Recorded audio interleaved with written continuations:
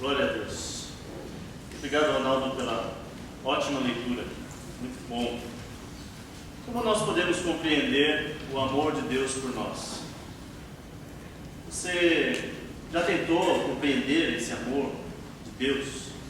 Até onde vai esse amor? Temos um versículo chave, um versículo muito conhecido, em João 3,16, que fala que Deus amou o mundo de tal maneira que deu o seu Filho unigênito, para que todo que nele crê não pereça, mas tenha vida eterna. Nós sabemos de cor esse versículo, e nesse versículo entendemos que Deus nos ama como um filho.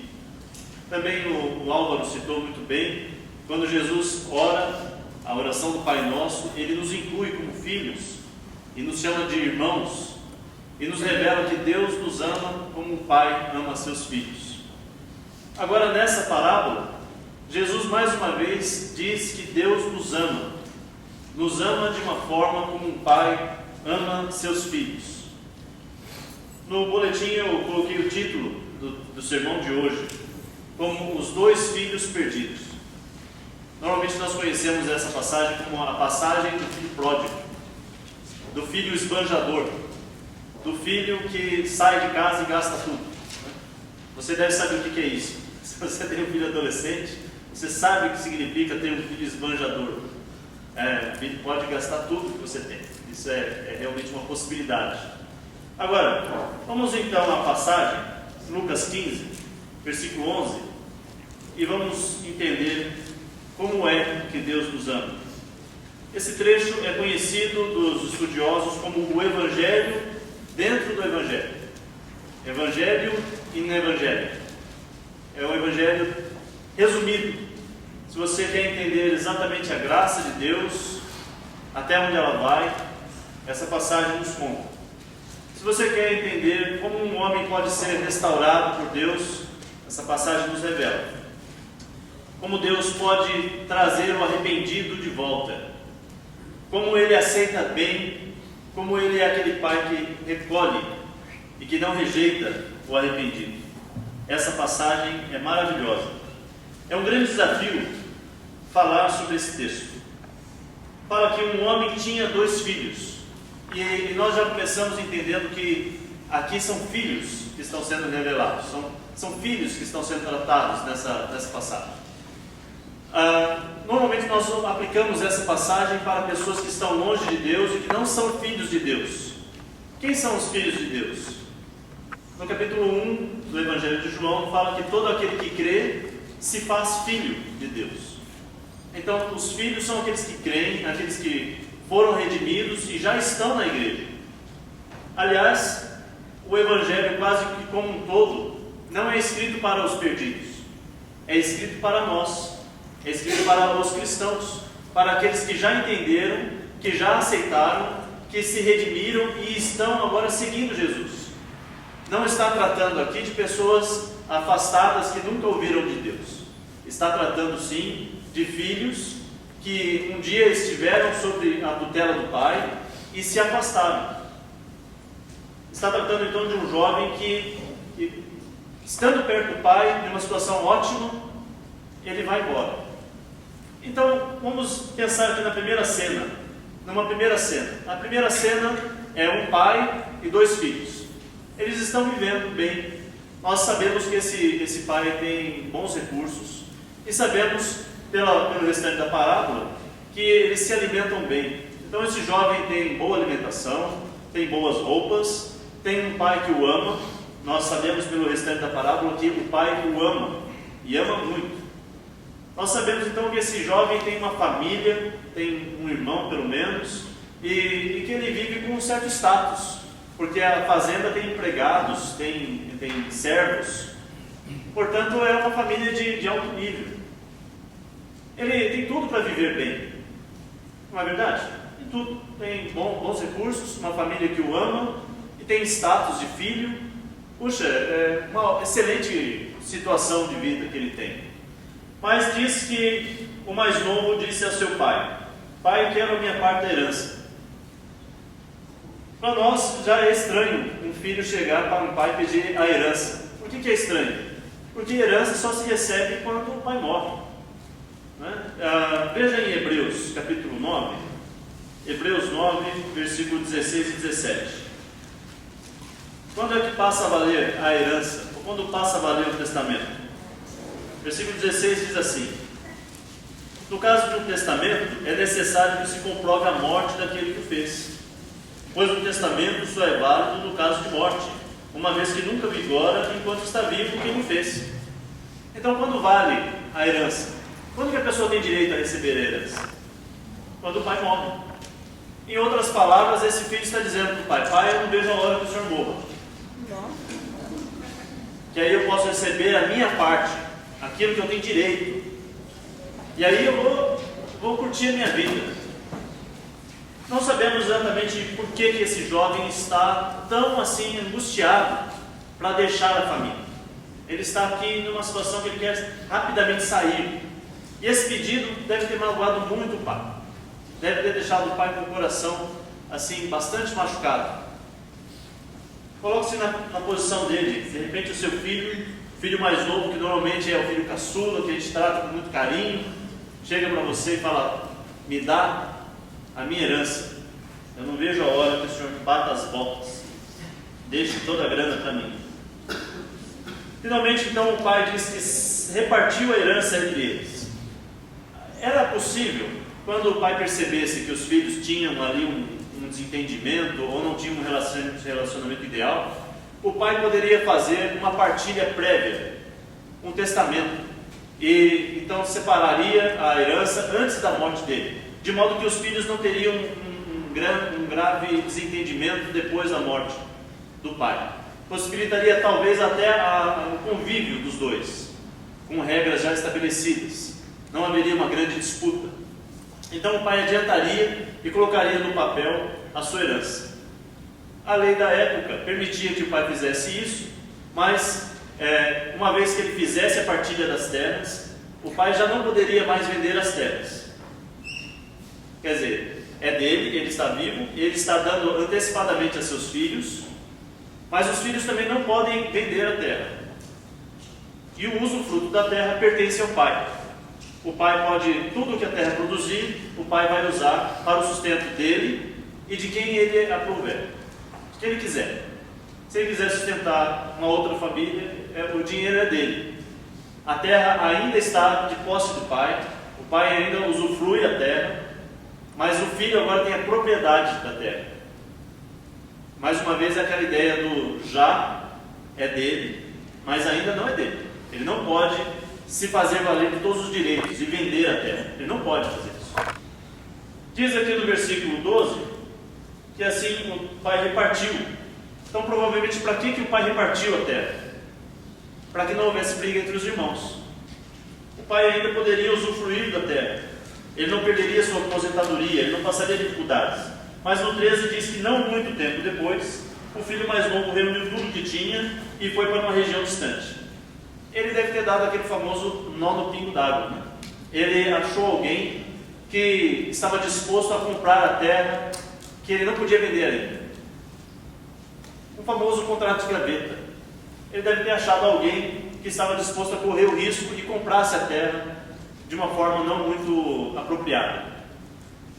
Para nós entendermos bem o quanto era importante uma terra na época, o quanto era importante uma herança, veja em 1 Reis, nós temos a história da vinha de Nabote.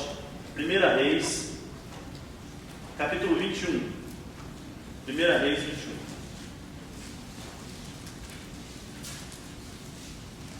Conta a história no versículo 2 em diante.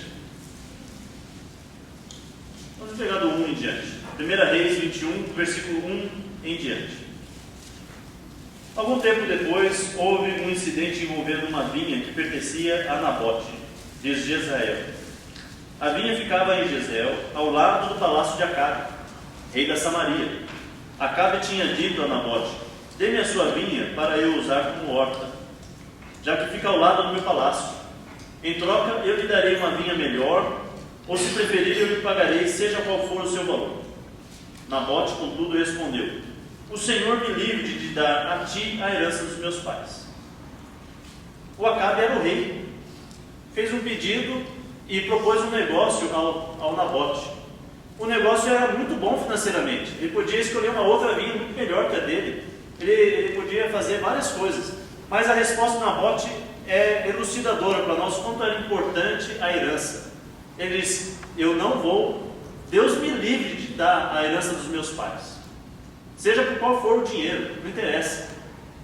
O valor da herança tinha um valor sentimental e um valor histórico tão grande que esse homem se recusou a passar a herança, mesmo que fosse para o rei.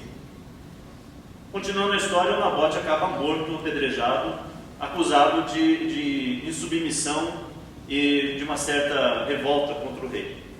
Bem, então nós podemos entender quanto é importante a herança. E esse filho recebe a herança, e o que ele faz com a herança? Dá um jeitinho, né? Parece até um brasileiro, e faz uma vontade de gaveta e vende a sua propriedade. E aquilo que o pai fez para evitar a separação dos filhos, aquilo que o pai fez para evitar que o filho tivesse atrito com seu irmão, foi usado para que finalmente o filho fosse de vez embora. No versículo 13, voltando então em Lucas 15, fala que não muito tempo depois o filho mais novo reuniu tudo o que tinha e foi para uma região distante e lá desperdiçou seus bens vivendo irresponsavelmente. Na versão João Ferreira de Almeida fala que ele viveu dissolutamente, ele dissolveu, ele fez né? Imagina quando tem aqueles desenhos das Disney que alguém põe fogo em alguma coisa, né? E o fogo começa devagarzinho e de repente e some, consumiu assim muito rapidamente, imediatamente, foi algo muito breve. Diz que não muito tempo depois ele saiu. Esse homem foi para longe do pai, ele foi não para uma simples aldeia vizinha, ele foi para uma terra distante. Nós entendemos que é uma terra estrangeira, porque ele foi viver num lugar onde se criavam porcos, e judeu não cria porcos. Logo, ele estava vivendo uma terra estrangeira. Ele deve ter andado dias e foi para longe do pai. Nós percebemos aqui uma coisa importante: o pai não foi atrás dele. O pai não o ama? Sim, mas nós percebemos um conceito importante na Bíblia, permeia toda a Bíblia: o livre-arbítrio. Deus respeita o livre-arbítrio desse jovem, que saiu com as próprias pernas e fez até coisas não lícitas para se afastar do pai.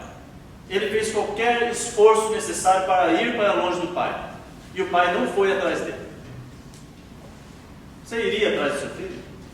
Talvez mandaria uma força expedicionária em busca desse jovem, mas o pai respeitou a decisão desse rapaz. Se ele quer ir, ele vai. Se o pai fosse atrás dele, talvez o jovem pensasse que o pai estava indo atrás do dinheiro. Ah, pai, você veio atrás de mim porque eu não peguei seu dinheiro, né? Ou então por causa das terras, ou por qualquer outro motivo que não fosse essencialmente a vida dele. O pai não vai atrás, mas o pai está sofrendo. Um filho foi perdido, um filho que vai para longe do pai. E essa é o primeiro degrau de uma escada que vai descendo, um poço que não tem fundo. Ele vai entrando no seu próprio inferno. Ele mesmo produz essa situação de sofrimento, ele escolhe e ele caminha na direção de se afastar do pai. E o primeiro passo é afastar-se do pai, ir para longe. O que nos leva para longe do pai? O que nos atrai? Podemos ter algumas ideias. O irmão mais velho, ele não tem 2 filhos. Diz que um homem tinha 2 filhos. O mais novo pede a herança. Cadê o mais velho? O mais velho deveria intervir, deveria fazer aqui um papel de intermediação, de reconciliação entre o filho mais novo e o pai. Quando o filho mais novo pedisse a herança, o filho mais velho devia dizer: não faça isso, não peça isso, você está magoando nosso pai. Ele deveria intervir. O filho mais velho não intervém. Ele deve ter realmente algum problema com esse filho mais novo. O filho mais novo então talvez esteja indo embora por causa de orgulho. Ele se sente menor que o outro irmão. Ele não tem a primazia. Ele tem inveja, talvez, desse irmão mais velho. Esse talvez seja um dos motivos dele querer ir embora. Ele vai por orgulho, por inveja. Ele vai para uma terra distante. Talvez também ele tenha ido, porque naquela época havia muitos judeus vivendo na diáspora. Eles saíam da sua terra natal e iam para fora, e lá viviam aventuras. E uma vez por ano, pelo menos, eles voltavam para as festas judaicas. E eles traziam histórias das suas aventuras, de terras distantes, de animais exóticos, de alimentos diferentes, de grandes conquistas. E quem voltava, voltava com dinheiro. E aqueles que não tinham dinheiro ficavam por lá mesmo. Então só voltavam histórias boas, histórias legais. Como hoje nós temos os decassegues que vão para o Japão e voltam e contam histórias fantásticas de terras orientais. Ou de brasileiros que vão para os Estados Unidos, lá trabalham, se esforçam muito e voltam contando da Disney e de várias coisas bacanas que tem na Gringolândia, né? Mas eles se afastaram de suas famílias e foram para o exterior. Então, as desventuras ou o arriscado, aquilo que ele desconhece, coisas que ele não vai experimentar na sua casa. Mesmo que ele tenha uma vida, um status bom, um bom futuro pela frente, mas é um futuro previsível. Ele gostaria de ter o novo, ter algo que ele nunca teve. E assim ele se afasta do seu velho pai. E nós percebemos que agora ele começa nessa descida. Primeiro o filho se perde, se afasta. Agora ele vai gastando tudo. Ele rapidamente dissolve todos os seus bens. Finalmente ele está numa terra estrangeira e não tem dinheiro. E nessa terra acontece uma fome. Fala no versículo 14. Depois de ter gasto tudo, tudo se perde. Então o filho se perde, gasta os bens dissolutamente, tudo se perde, e agora esse homem está sozinho numa terra estrangeira e há fome na região. Para nós, falar em fome parece que não faz muito. Quem é que passa realmente fome? Mas naquela época, naquela região, falar em fome era uma figura viva. Eles sabiam exatamente o que era passar fome. E numa terra estranha, um judeu, vai ser muito difícil. Por que esse jovem não volta? Acabou o dinheiro, meu pai tem bons recursos, eu posso voltar a qualquer momento. Ele podia voltar a qualquer instante. Começa a fome, ele poderia ter voltado, mas ele não volta. Pelo contrário, diz que ele se agrega a um homem daquela região, um cidadão daquela região, que o manda para o campo a fim de cuidar de porcos. Uma das formas, quando você tem alguém na sua porta batendo, pedindo ajuda, uma das formas que você tem de dispensar aquela pessoa é dizer para ela: faz o seguinte, eu tenho uma tarefa aqui bem difícil e vou te pagar bem pouco. Você quer me ajuda? Aí a pessoa pega aquele convite e fala: então, sabe o que é? Não vai dar, e vai embora. E vai pedir ajuda para outro. Talvez esse homem tivesse feito isso. Deu uma tarefa tão difícil e tão imprópria para aquele jovem, sabendo que ele era judeu, que ele vai desistir e vai embora para a casa do pai dele, né? Vai acabar. Mas não, ele aceita. Ele aceita o desafio porque ele não quer dar o braço a torcer. Ele não quer dizer para o pai: pai, eu errei. Ele não quer dizer para o pai que ele falhou. Ele não quer contar da sua vergonha. Ele não quer dizer: eu gastei tudo que eu tinha. Eu saí aqui de uma forma ilícita, saí fugido e ainda volto, perdi tudo. Eu sou muito falho mesmo. Ele não queria aceitar essa derrota. Então ele não volta. Ele não dá o braço a torcer. Enquanto ele tem alguma condição de reverter essa situação, ele não quer. Mas aí a fome vai apertando. E diz no versículo 16 que ele desejava encher o estômago com as vagens de alfarrobeira que os porcos comiam.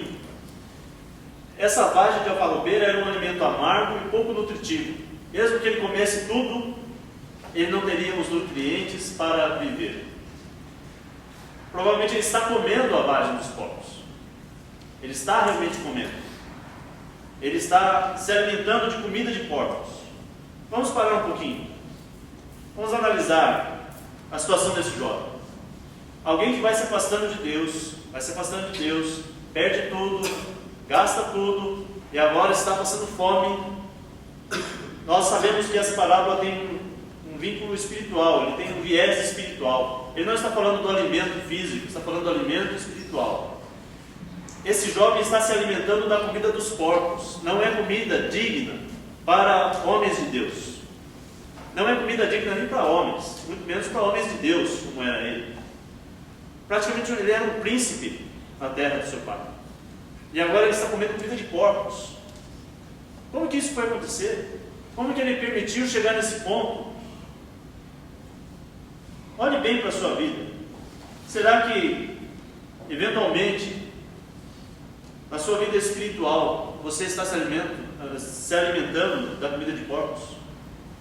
Será que nós, em algum momento, deixamos as dádivas de Deus e nos afastamos da casa do nosso Pai para nos alimentarmos da comida de porcos? Será que isso é possível? Nós precisamos avaliar muito bem a nossa vida para percebermos se não estamos na mesma trilha que esse jovem se embrenhou. Será que nós podemos viver e nem estar percebendo? Ele não pode perceber isso. Mas ninguém lhe dava nada. A rejeição total. Então ele começa, o filho se perde, ele gasta os bens absolutamente, ele perde tudo. Finalmente ninguém lhe dá nada. Uma rejeição total. Então nós temos agora o quinto degrau. E esse é o ponto de virada. Versículo 17. Caindo em si. Ele acorda, um dia ele acorda. Você se olha no espelho todos os dias, mas nem sempre você vê que está mudado. Um dia você olha e vê. Finalmente você enxerga. Ele cai em si. A fome é tanta que ele cai em si. Ele percebe, a dor é muita. Mas enquanto ele tinha alguém que lhe dava alguma coisa, ele estava vivendo. Enquanto ele tinha alguns centavos, ele achava que ele era apto a virar o jogo sozinho. Dependia dele próprio. Ele era autossuficiente. Enquanto alguém lhe dava alguma coisa, ele tentou. Mas agora ninguém lhe dá nada. Ele não tem outra alternativa a não ser voltar para aquele que lhe deu tudo. Ninguém lhe dava nada, mas o Pai lhe deu tudo. Enquanto nós temos algum refúgio próprio, nós tentamos. Enquanto o doente ainda pode tomar algum remédio, enquanto os médicos estão dando alguma alternativa, enquanto há alguma esperança na medicina, nós buscamos essa alternativa. Até que chega o ponto que o médico fala, olha, agora é só um milagre. Aí você dobra o joelho e ora. Vai e volta para o Pai. Enquanto há alguma expectativa em você mesmo, você tenta. Mas quando chega um momento em que ninguém lhe dá nada, e que não há mais recursos, em que a fome aperta, a dor é insuportável, então você não tenta mais qualquer outra alternativa a não ser voltar para a casa de Deus. É lá que é o verdadeiro refúgio. Não são os advogados, não são os médicos, não são os conselheiros, não são seus amigos. Só um pode te restituir tudo que você perdeu, e é o Pai. É necessário buscar, é necessário cair em si, é necessário esse momento de refletir. E caindo em si, ele disse a si mesmo: quantos empregados de meu pai têm comida de sobra, e eu aqui morrendo de fome? Eu me porei a caminho e voltarei para meu pai, e lhe direi: Pai, pequei contra o céu e contra ti, não sou mais digno de ser chamado teu filho, trata-me como um dos teus empregados. Esse homem então, ele traça um plano, e ele fala: eu pequei. Ele conclui que pecou, e aí ele tem uma ideia: eu vou voltar para o meu pai, e vou dizer: Pai, pequei contra o céu e contra ti, não sou mais digno de ser chamado seu filho, faze-me um empregado. Ele está dizendo: faz de mim um empregado. Na versão NVI fala: trate-me como um empregado, mas no grego tem a ver com faz de mim, faze em mim, me transforma em algo útil. Ele concluiu que ele não é nada. Ele chegou à conclusão que nem um empregado ele é. Ele precisa ir ao pai e pedir ao pai: Pai, faz em mim pelo menos um empregado seu, porque eu me resumi a nada. Eu cheguei ao ponto zero, o fundo do poço, e agora só dá para olhar para cima. Você pode cavar mais também se quiser no poço, mas você pode olhar para cima e clamar ajuda. E é assim que ele pede. Mas esse arrependimento parece lindo, ao mesmo tempo que ele ainda é um arrependimento parcial. É um arrependimento que ele está arrependido não porque ele tratou mal o pai, não porque ele rompeu o vínculo com seu pai e com seu irmão. Ele está arrependido porque ele perdeu tudo. Ele está pensando: Pai, faz de mim seu empregado, porque eu vou trabalhar para o Senhor e vou te restituir tudo que eu te roubei. E então estaremos quites. Mais uma vez, eu mesmo vou me resgatar. Ele está pensando que ele mesmo é que é apto para transformar a sua vida. Ele ainda está pensando nos seus próprios recursos, nos seus próprios meios. Ele ainda não entendeu que ele depende totalmente da graça do Pai. Finalmente, no versículo 18, uma das frases mais lindas. Perdão, no 20. A seguir, levantou-se e foi para o seu pai. Toda a reflexão que ele passou no versículo 19, no 20, no 18, ele poderia passar por aí mesmo e ficar assim. Ele poderia ficar naquela situação. Mas ele levanta, ele age, há ação, há movimento. Quantas vezes nós pensamos: eu me arrependo disso, eu vou mudar, faz plano para o ano que vem, segunda-feira eu começo minha dieta, mas aí chega e no meio do caminho você desiste. Sabe, quando o assunto é voltar para Deus, o primeiro pensamento é o melhor. Ele podia ficar refletindo mais e ter buscado aqui o dono dos porcos e falado para ele: olha, eu decidi voltar para o meu pai, mas se o senhor aumentar o meu salário, eu fico. E se esse homem tivesse aumentado mesmo, ele não voltaria para o pai? Se o assunto é voltar para Deus, o primeiro pensamento é esse: volta logo, abandona logo o pecado, abandona logo os porcos, abandona logo tudo e volta para Deus. Não pense segunda vez, não pense terceira vez, não engavete o projeto, não deixe de fazer aquilo que você se propôs no seu momento de reflexão, em que você chegou à conclusão de que não sou nada, eu preciso do meu Pai. Volte logo, levante e vá, faça, entre em ação. Agora no versículo 20, esse lindo momento de arrependimento que era eterno foi externalizado, e ele a caminho volta, e estando ainda longe, seu pai o viu e cheio de compaixão correu para o seu filho e o abraçou e o beijou. Assim, quando da mesma forma em que Jacó volta para encontrar com seu irmão, que ele havia usurpado o direito de primogenitura, e ele saiu fugindo da terra de seu pai, e ele volta e há uma expectativa, e ele não sabe como vai ser o encontro com seu irmão Esaú. Esse jovem também não sabe como é que vai ser recebido pelo pai. Ele já tem todo o discurso preparado, ele está pronto para ser rejeitado pelas outras pessoas, e talvez até pelo seu pai, mas ele está pronto também para se humilhar diante do seu pai e clamar perdão. Ele está transformado. O sofrimento o transformou.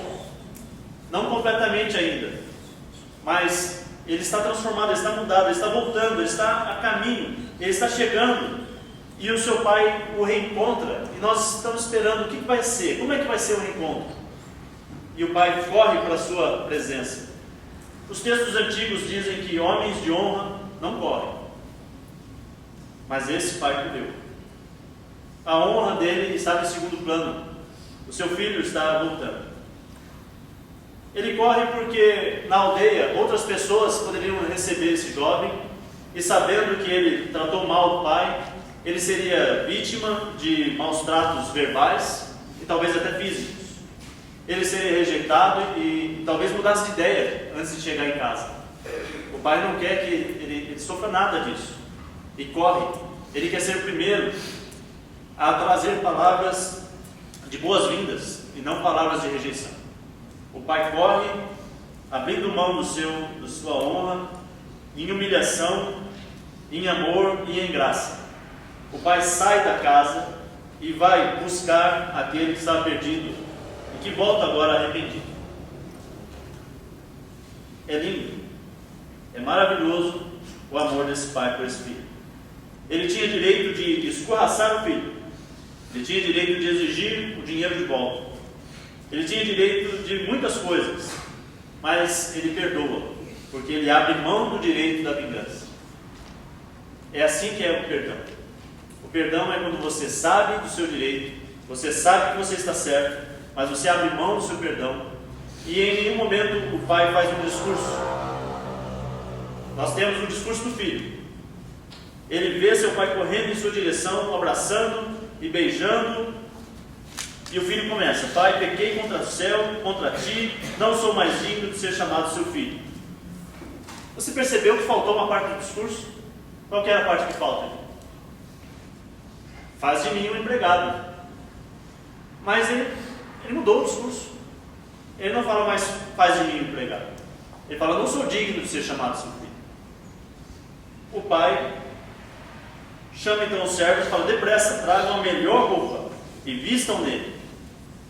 Será que ele parou porque ele falou: opa, me dei bem, muito melhor do que eu imaginava? Se o meu pai quer me restituir o direito de filho, para que eu vou falar para ele que eu não sou mais filho? Essa é uma forma de ver. Mas também podemos pensar que esse filho ficou compadecido, ele ficou emocionado com o amor demonstrado pelo pai, que corre ao seu encontro, que o beija, que o abraça. Talvez o arrependimento mesmo, o grande arrependimento, seja agora, seja esse momento, porque agora ele está começando o caminho de volta. Assim como ele desceu até o mais baixo nível, quando ele cai em si, que ele decide voltar, ele põe o pé na estrada, ele começa uma rampa de subida, e agora ele está retornando para casa. E da mesma forma como ele se arrependeu, ele começa a entrar na estrada, e o filho é achado agora. E agora tudo que ele perdeu lhe é restituído. E agora os bens vão ser gastos. O novilho vai ser morto para celebrar a volta do filho. Então Jesus faz uma escala de descida e ele faz a mesma escala de subida. Todos os pontos que esse jovem passou para descer, Jesus reconstitui a volta. E assim há um equilíbrio. Ele volta exatamente pelos mesmos passos e está de novo junto ao Pai. E esse amor demonstrado pelo Pai, a graça maravilhosa de Deus, a graça maravilhosa do Pai, finalmente quebranta o último traço de orgulho desse jovem. E finalmente ele então recebe o direito de filho. E ele não quer mais ser só um empregado. Mas há um preço a pagar. Porque ele, sendo um empregado assalariado, ele seria liberto. Ele não teria que reconciliar-se com seu irmão. Mas agora, vivendo debaixo do mesmo teto, ele vai ter que fazer as pazes com o irmão. Ele vai ter que fazer as pazes com o pai. Ele vai ter que aceitar certas regras. E ele sabe que há consequências do erro dele. Então, ser filho é bom, mas ser filho traz responsabilidades. Mas ele aceita, porque agora, finalmente, o amor de Deus quebrou o seu último traço de orgulho. Ele descobriu que o pecado dele não era ter perdido dinheiro. O pecado dele foi romper com seu pai. E para restaurar o relacionamento com o pai, não há dinheiro que pague. Só há a graça. Só há a ação graciosa do pai. Só o amor do pai é que pode restaurá-lo. Então, quando ele entende que esse é o pecado dele, então ele finalmente se arrepende desse pecado. E agora ele volta a ser filho. Ele não quer mais ser empregado. O filho voltou. Não voltou um empregado. Mas o pai disse aos empregados: depressa, tragam a melhor roupa e vistam nele. Coloquem um anel em seu dedo, calçados em seus pés. Tudo é ganho de volta. Assim como ele gastou tudo, ele recupera tudo. Assim como ele foi perdido, agora ele é achado. Assim como ele gastou seus bens dissolutamente, agora também gastam os bens de uma festa. Tragam um novilho gordo e matem. Vamos fazer uma festa e alegremos-nos. Por que Jesus aqui faz questão de ressaltar o novilho gordo? Porque quando se faz um banquete, o tamanho do animal é o tamanho da festa. O pai aqui quer restaurar o filho, não só ao convívio da família, não só ao relacionamento pai e filho, mas ele quer restaurar também como é que o filho é visto pela sociedade, como é que o filho é visto pela aldeia. A festa para matar um novilho gordo era uma festa para 100 pessoas. Provavelmente a aldeia toda será convidada, e o pai então vai dizer a todos: meu filho voltou e eu o perdoei, ele está restituído, tratem-no como meu filho. É assim que Deus age. Deus não faz uma restauração superficial, Ele faz uma restauração completa. Ele restaura todos os pontos: a aparência, a melhor roupa, o crédito, que é o anel do dedo, a liberdade e o status de filho, que é os sapatos, calcem os pés dele. Os escravos é que andam descalços, mas o meu filho não. O meu filho é um homem liberto. Tragam um novilho gordo e matem. Vamos fazer uma festa e alegrar, pois esse meu filho estava morto e voltou. Estava perdido e foi achado. E começaram então a festejar o seu regresso. Nós podemos analisar um pouco mais sobre o outro filho, mas vamos tomar mais tempo. Eu prefiro deixar para uma próxima ocasião nós analisarmos a história do outro filho. Eu quero só fechar com alguns pensamentos sobre esse filho mais novo. O que finalmente nos atrai para longe do Pai? Olhe na sua vida. O que te afasta de Deus? Qual é o ponto de retorno? Em que momento você pode dizer: caí em si, caí em mim, no caso? Em que momento você precisa se levantar? Talvez uma área da sua vida precise ser reformada, restaurada. Talvez seja o seu casamento, talvez seja relacionamento com filhos, talvez um relacionamento com amigos, talvez um relacionamento com seus pais. Eu não sei qual é o seu problema, mas é necessário que haja uma restauração. E chega de ficar só pensando. É o momento de levantar-se. E se você não é cristão ainda, qual é o momento em que você vai cair em si? Deus continua com os braços abertos, esperando o seu retorno. Mas você pode esperar e deixar passar o ponto do retorno. Esse jovem poderia ter deixado passar o ponto de retorno. Talvez, se a fome dele fosse tão grave, que ele entrasse num estado de inanição, ele não poderia mais voltar para o seu pai. E ele não saberia qual seria esse momento. Que bom que ele voltou enquanto havia condições. Você vai voltar para Deus quando? Em que momento na sua vida você vai se decidir por Jesus? Vai esperar chegar no momento em que não há mais condições, em que tudo está perdido? Esse jovem estava figuradamente morto, mas ainda havia vida nele, e ele ainda podia voltar para o Pai. E ele se levantou e voltou. Talvez hoje seja uma oportunidade que Deus está te dando. Como todos os dias, Ele continua chamando, Ele continua pronto, esperando que você tome uma decisão por Jesus. E essa decisão vai ser a melhor decisão da sua vida. Vai ser a decisão que vai colocar você de novo na casa de Deus, como filho, não como um assalariado. Deus não quer pessoas que se relacionem com Ele por dinheiro. Ele quer pessoas que se relacionam com Ele porque é filho. Ele quer filhos. Você é filho de Deus? Quer ser? Então levanta.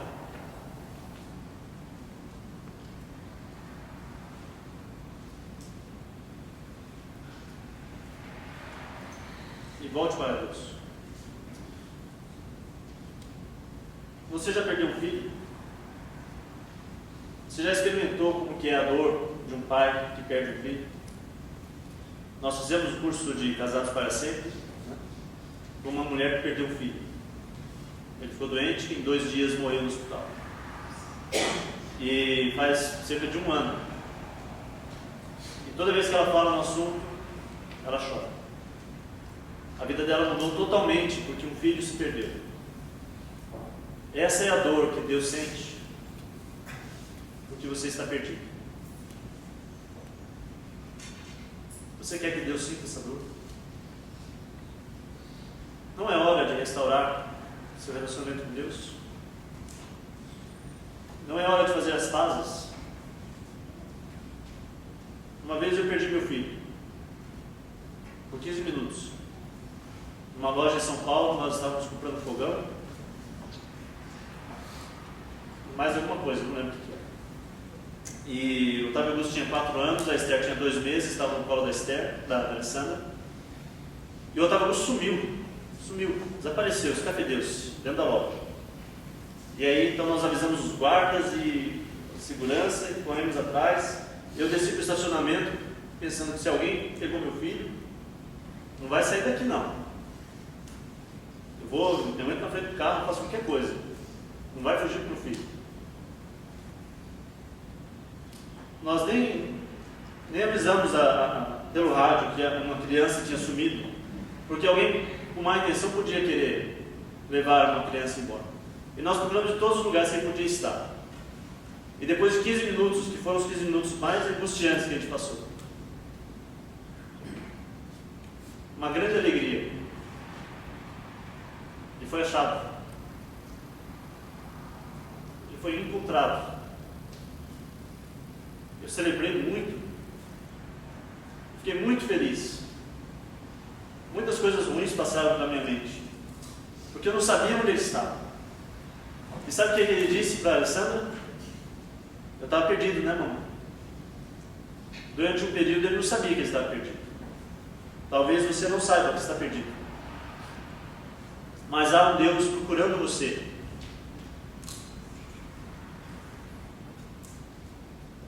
Ele quer você. É pessoal. Ele não quer mais ninguém. É única a busca de Deus por você.